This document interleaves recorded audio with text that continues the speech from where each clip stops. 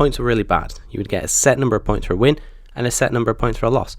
The amount you got varied, and it did a lot and would in some cases not make any sense. You would find that a win would get you anywhere between 15 and 24 points, sometimes higher up in the league.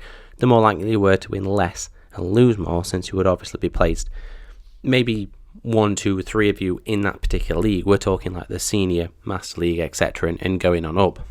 Again, taking into account the low server population didn't particularly help this, but we'll get on to that.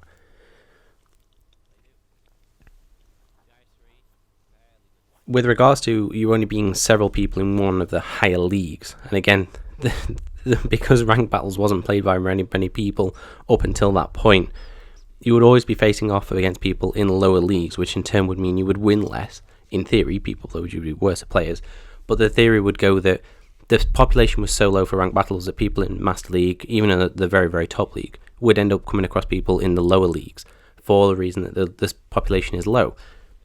It would still take onto account, with regards to you only being several people in one of the higher leagues, and again, because ranked battles wasn't played by many people up until that point, you would always be facing off against people in lower leagues, which in turn would mean you would win less. In theory, people though would be worse players, but the theory would go that the population was so low for ranked battles that people in Master League, even in the very, very top league, would end up coming across people in the lower leagues for the reason that this population is low. It would still take into account, I should say, that you're meant to be a more skilled players in inverted commas. But because of the population, again, which is not helping, and I keep returning to it, you would find yourself against people in the lower leagues, which would then mean that you, in theory, if you lost a game, you should lose more points because you've been beaten by a less skilled opposition, again, in inverted commas. Makes sense, but the low serve population made it pointless, though. And it got to the point that you were trying to play with a bunch of random people who were all ranks, always made it difficult. Now, you take an example of playing an actual game in normal mode. You know how often people in that game mode can be all over the place in terms of their actual skill level. And you found yourself being steamrolled 15-0, or you're beating your team 13-2 within the first 2 minutes of the game because you've got people YOLO charging their scout tanks, or people taking an AMX 5100 up to the front line and trying to take on people with an E75 type armor. It's like, what are you doing?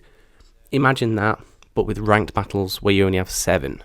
Now, this has to be said, the maps did vary. You did have a better choice. They did update that. But you fast forward to the current ranked battles that we have now, the issue is still here. The point system is still off and not resolved, so to speak, and there is, however, been an introduction with the personal performance. This we'll get on to. The idea that it is something that helps to reduce the problems of bad teammates. I say that very loosely because there are times in which people who are very good at the game can have bad and off days depending on what happens. RNG is a bitch sometimes.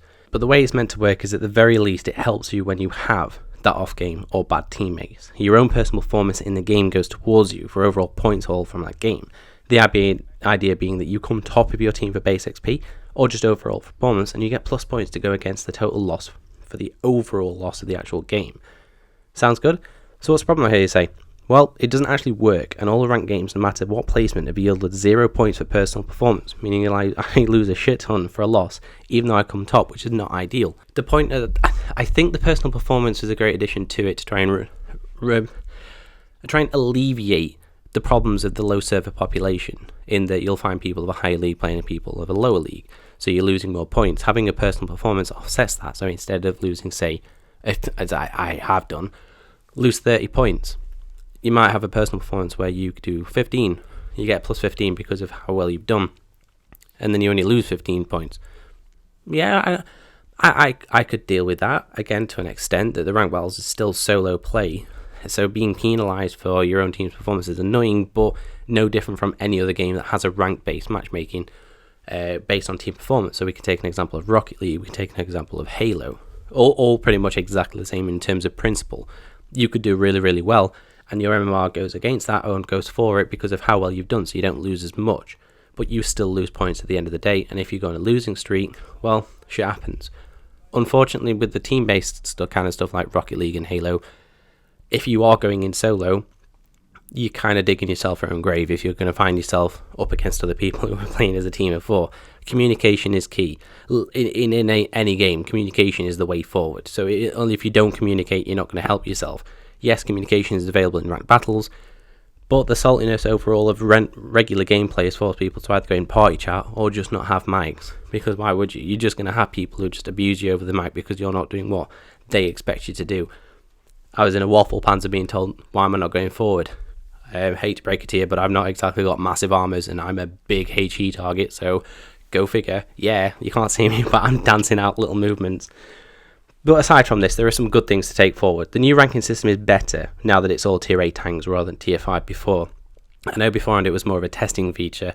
I think the amount of times that ranked battles happened at tier 5, it wasn't particularly ideal. So tier 8 was a welcome relief, especially for my premium tanks. Oh, thank God that I was still able to actually earn a large amount of silver by playing premium tanks. Oh, my T95E2 on my motherland, which you saw nothing but premium tanks all over. Fatherlands, motherlands, IS-6s. Seems to be a Russian bias here. Maybe so. Also, the people playing artillery, why? What is wrong with your life? That is literally the last thing you want to be doing in a 7v7 is playing an artillery, because the game is going to be over before you've had any sort of an impact, because people are already dead before you've had a chance to aim, reload and fire. More than likely because someone's done something stupid, but I'm just putting it out there. That kind of peaked off and people stopped doing that eventually, but yeah, don't play artillery in ranked battles unless the population kind of improves and skill-wise. But anyway, going back to the fact that, yeah, you did see a lot of different tanks, more specifically your Russians with your armors, your premium tanks a lot of the time as well. Did see a lot more of the mutants. Nice to see that about. But it's not too bad. I mean, the maps themselves are actually better for the lower server population. So you've got your likes of Cliff, Himmelsdorf, etc. in Ghost Town. You're not playing on like massive, over stupid kill maps. It did make it kind of nice. The games were over kind of quickly. You could find yourself an engagement within about 30 seconds. The only problem that came from it is that after playing like what, maybe 5-10 games, it became predictable what people were going to do. And then it became, in theory, easy to win, but then you've got to try and convince your teammates what to do, and people don't like being told what to do, so fuck it. But like, for example, we'll take Himmelsdorf. No one went up the hill. What's the point? Just steamroll across the middle. Generally, whoever gets there first will win, because someone will be over-aggressive and not play the way they're meant to. Cliff, don't go down Death Valley. The amount of people I've seen going down Death Valley died very, very quickly. Take the top, take the middle. The games I'd seen where we'd win and do that, it was replicated. Like, I'd find it, obviously, playing solo, I'd find myself in the same spawn, for example, on Cliff. We'd all do the same thing and go up top.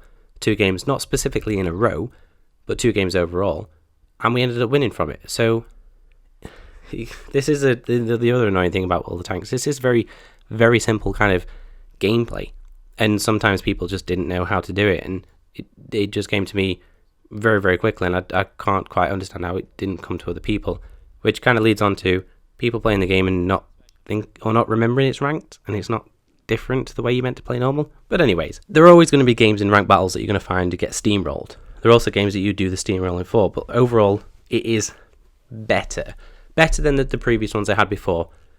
Tier 8s, the maps, again, very great additions. I like the idea of the personal performance. I really, really do. I'm kind of annoyed that it didn't get implemented correctly in this one, and I would only hope that it did get fixed for the next one that would come along in the future at any point. But overall, the ranked battles is going in the right direction. There are a few things that need to be tweaked, but you can see that changes have been made and are being made. One of the big ones being that you play in tier 8 instead of tier 5. This is what people generally wanted. I'm not sure about the maps, whether people wanted a change in that, but again, another positive thing. I'm not trying to, although I'm British, I really do like to complain. I'm not trying to kick on it or kick them while down, so to speak, even though they're not particularly down. I like to be proven wrong. I like to see things that are broken or some things that would be better for being changed. But also, I would like to say that the maps, the tiering side of things, and the idea of personal performance are pretty much going in the right direction. That is what it should be for the ranked battles. The only thing that's going to be a general issue overall is the fact that your server population is what dictates what's going to happen. If it's the case that the server population is low, you're going to get into the higher leagues and not find anyone, so you are going to end up having to play lower. how that could be changed.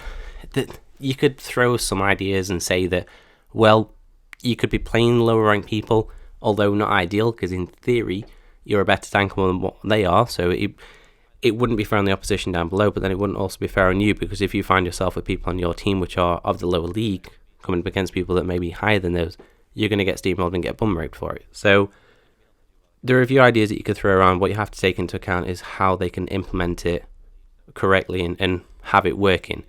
I assume there's a lot of work that will go into that, but it's going in the right direction. The rank battles overall, I didn't particularly enjoy, but then the whole point system was what annoyed me mainly.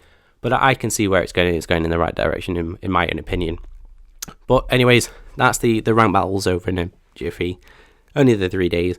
Hopefully we'll be able to get everything sorted. The next time it's about, it'll actually, I wouldn't say working, because there's always improvements to be made to absolutely anything, but at least to alleviate losses and the point side of things, that we do get that finally resolved. But I'd like to hear your opinions. It's nice to be able to get another video out eventually. There will be different stuff coming out, so there's like some videos on Bioshock that I've actually been doing as well, and still keeping up with some of the World of Tanks stuff, so you might see it drippy droppy, if that's even a genuine word to be actually using. But anyways, let me know what you think in the comment section below, because it's one of the things of getting feedback from people as to what they thought.